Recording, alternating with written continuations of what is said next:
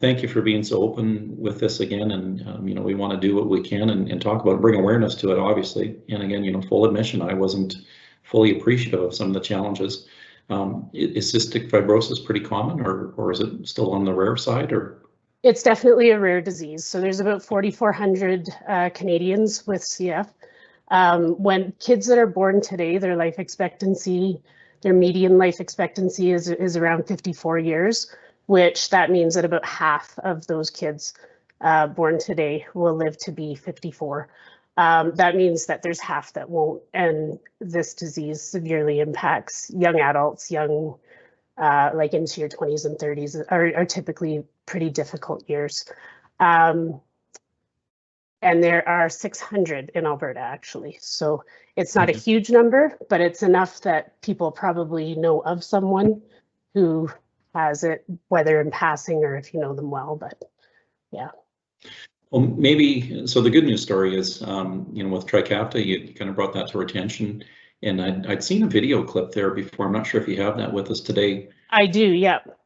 Would you be able to share that? Just because again, it was eye-opening of the changes and where you were at in your path for recovery or treatment, as it were, and where you're at now. It kind of blew me away, quite frankly.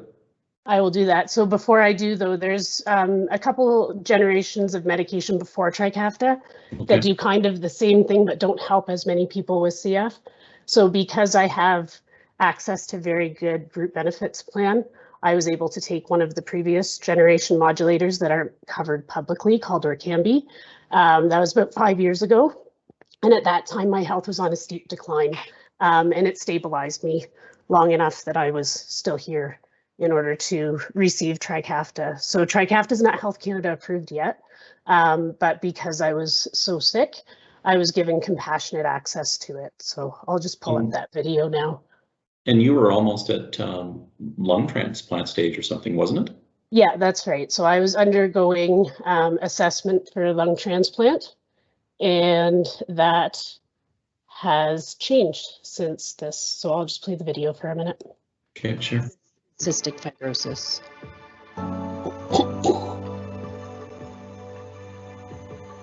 Struggling to breathe despite hours of daily treatments and a lot of time in the hospital. Until now. In 2020, I became sick enough to receive compassionate supply of Trikafta, and it started working within hours. Trikafta has given me the ability to take deep, clear breaths and hang up this oxygen tether for the first time in 3 years. Trikafta has allowed me to ride a bike again for the first time with our daughter, and given me hope of guiding her through her teenage years, high school graduation, and even beyond. Because of Trikafta, I can actively participate in my own life with my family rather than just watch from the sidelines. And my husband has a break from being primarily my caregiver and running our household by himself. I am immensely grateful to have received Trikafta, and every Canadian with CF deserves to feel hopeful like this without first hitting end-stage lung disease.